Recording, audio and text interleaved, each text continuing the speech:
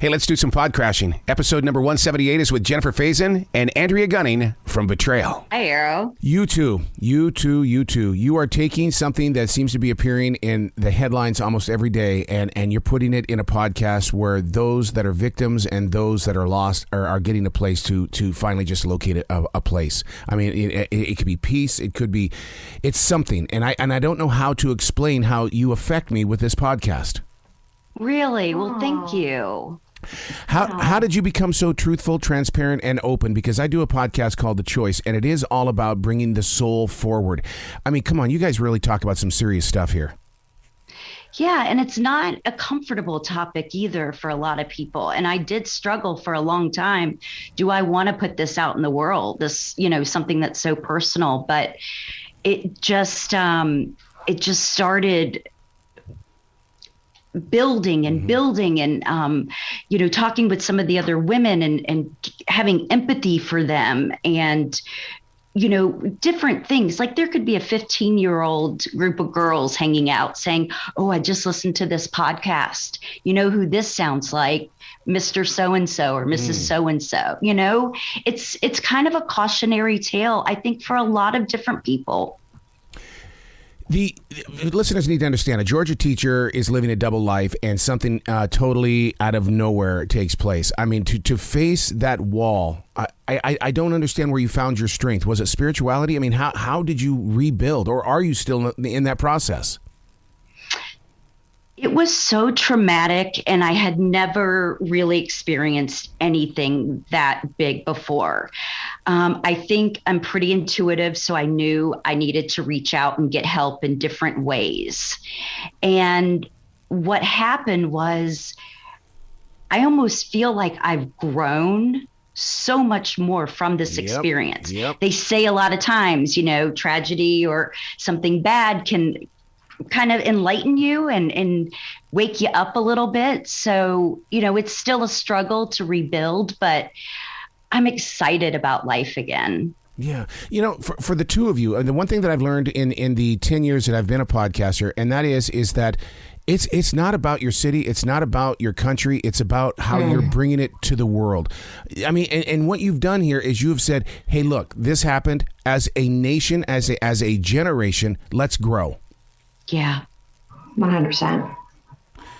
How often do you have meditation involved here? I mean, because yes. Even I'm sitting here just having a conversation, and I know what your podcast is about, but I don't want to spoil it for the listeners, but they need to experience it. Yeah, I got really lucky working with Glass Entertainment because we were given space to really take this journey together. And we were so collaborative, and we all had the same convictions about what we wanted to share. So I think that really helped things because it was cathartic. It was healing. I think it was healing for some of the other women that we spoke with. And I think it's gonna wake some people up out there that hear this. You think? Oh my God. Yeah. You can't help but sit there and listen to each of the 8 episodes and not think of your own community. Oh, right.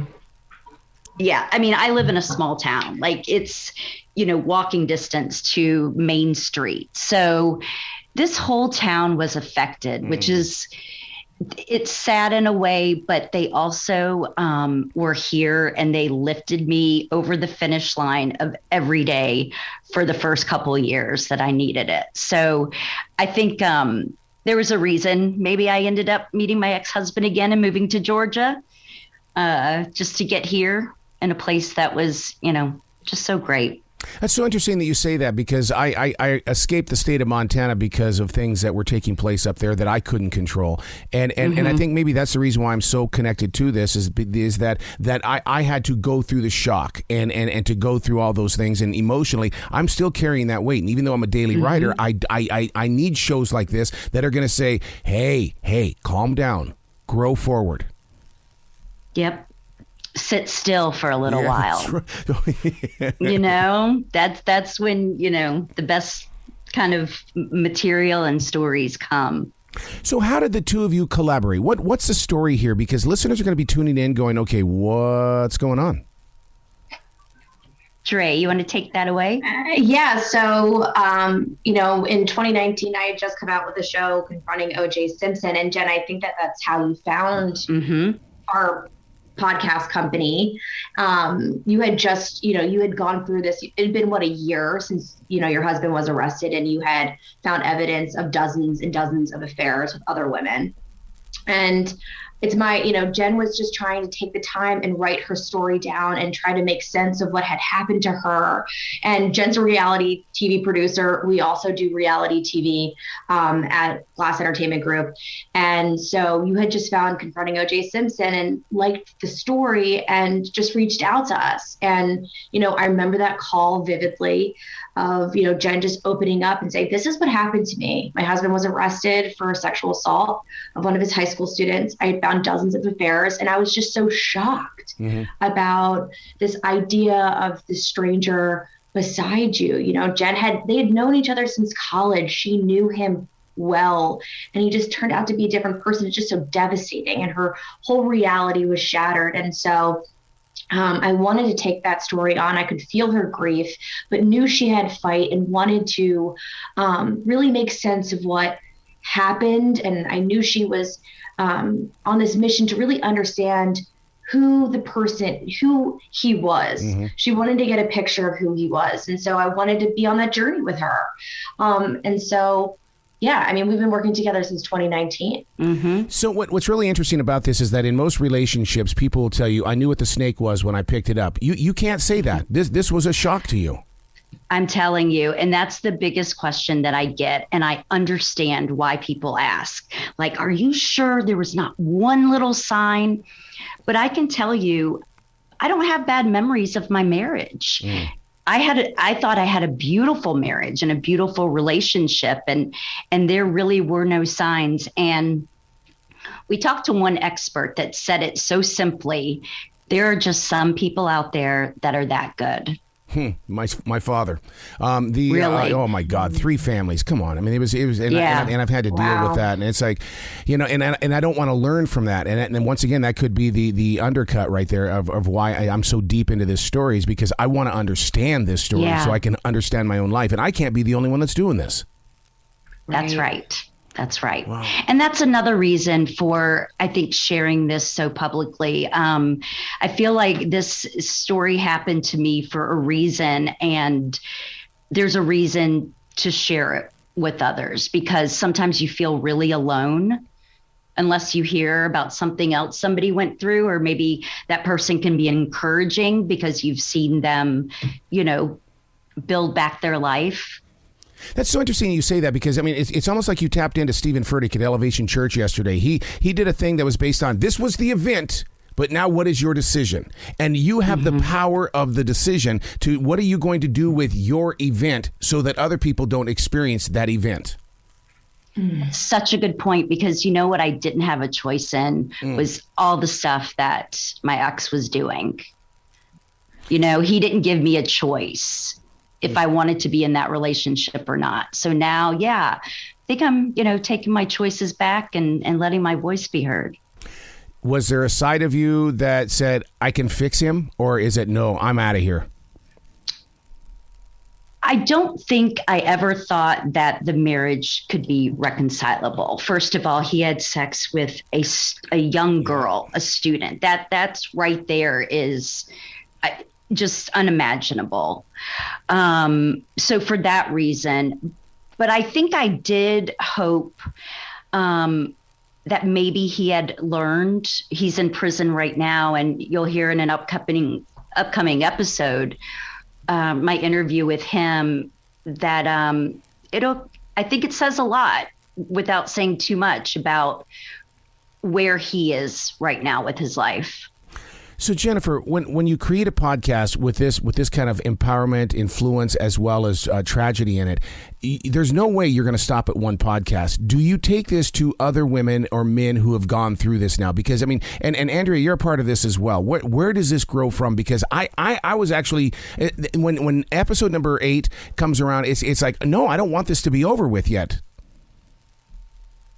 I guess we'll see, Arrow. We're just kind of relishing in, how well the show is performing right now. I mean, we've been, again, like working on this since 2019, and we're all just so happy to kind of like celebrate how it's doing.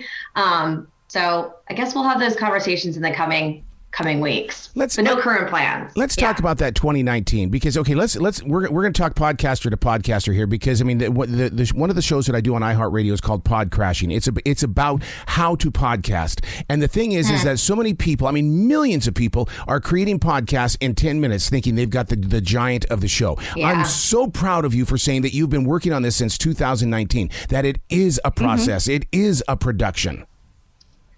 Absolutely. I mean, it started with a phone call, and then we put together development materials, and iHeart was an incredible partner. I mean, they saw the, development materials and just understood what we wanted to do and gave us freedom and agency to make the show that we wanted.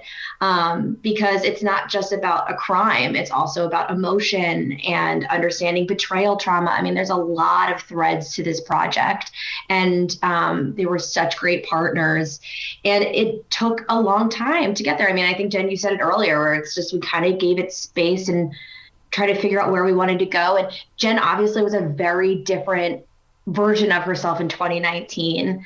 And I watched her grow. And that's part of the story. I've watched her handle this over the last few years, and that's evolved. And that's a huge part of what we're trying to tell, is that, these things can happen, but there is light at the end of the tunnel. Like, there is life, to explore after these tragedies, after your marriage ends, and once you make peace with everything. So it had to take that long, to be honest. How do you make sure that Spencer doesn't become a hero to those other secretive people? Well, that's something I struggle with, because, like I said, you'll hear from him in the last episode, and, not to say too much, but I don't know that he quite understands the severity of his illness. And I'm calling it an illness. I'm not diagnosing it. There's something wrong. And I don't know that he knows the severity of that yet. So if he does, so putting this podcast out at least provides the other part of the truth. There's his truth, and then there's what really happened. But also, I think you were saying this at the beginning of our conversation, Errol. Like, one of the major things that we learned by doing this show is how many children in this country are affected by sexual misconduct of educators, and that was something that we wanted to explore, but didn't understand the gravity. I mean, we're talking about millions of kids a year are dealing with unwanted sexual advances or inappropriate conversations with educators. And so there's clearly something happening in our country where this is hitting the headlines. I mean, we have alerts all the time. You're seeing people arrested for this type of behavior. And so I can't really think about the people who see him as a hero. All I can think about is, how is our show educating people? Right. And one of the things, because I do look at the analytics, I study the age groups, I study everything that happens with podcasting. And the one thing that I'm learning very quickly is that YA readers to just young adults, period, are tuning into podcasts. They're going to tap into this, but they're going to want a place to go to because they know a Spencer, or they're being trafficked themselves. Yes. And what better time right now, to launch this podcast? I mean, there's so much in the news, the celebrities get a lot of the attention and everything, but this is a reminder that there's those local celebrities too that are out there and can be predators. Is one of the reasons why you moved to Georgia, because once you started wearing the scarlet letter, it's like the community, even though they embraced you, you still got that look?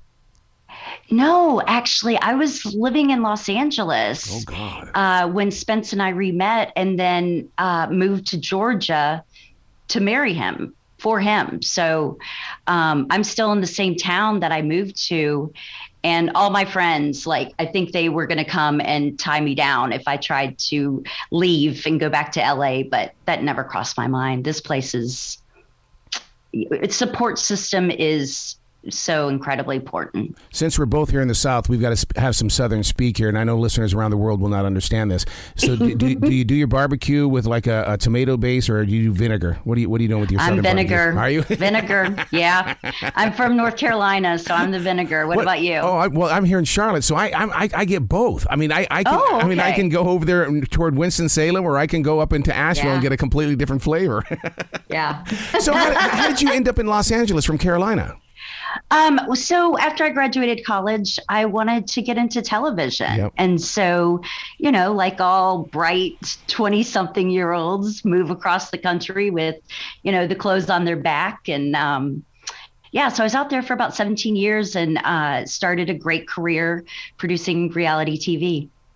The two of you then, since we now know that you've got a broadcasting background, podcasting is still on the edge of its birth, is what it is. Not a rebirth, but a physical birth. The way that you guys the journalism that podcasting is bringing, and the way that you have taken a true crime story away from a murder story, I love that you're growing in this direction. Thank you. Yeah, obviously true crime is a major genre in podcasting, but there are crimes that don't end with a dead body. Yeah. There are people and victims that are out there that, Jen is a victim of her husband doing a really awful thing to a high school student. And then in addition, had affairs and betrayed her every day of their marriage. I mean, that is a story. And so we wanted to do something different, How do you trust, Jen? I mean, and seriously, because I keep a defrag journal every day so I can break everything down. How do you learn to trust? I really have faith in people. I always have. And I want to trust again. I really do. I don't have the mentality like, I'll never be able to again. I'm just going to take it one step at a time and see how it goes. And of course, I might have some new warning signs that I'll look after. But I think my ex was a rare breed. I'm hoping I don't find one of those again. We've talked about this a few times in this conversation. That is that we know that there was a dark spot in your life, but you have to change it. Do you become part of the community by way of being a political leader, or do you stand like we do in martial arts, stand on the sidelines so you can coach those that do have the ability to become political leaders?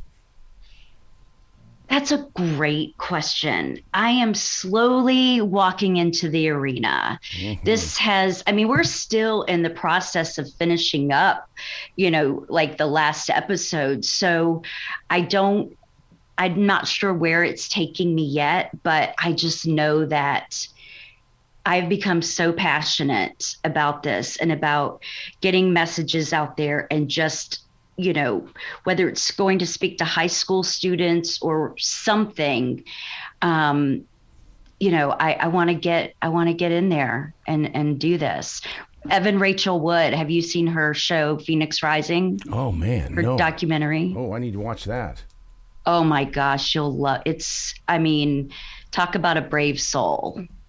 There's a lot of that. There is a lot of that. And to me, it's the binge watch and it's the binge listening. That tells me that people are physically listening. It's no longer about the song hook anymore.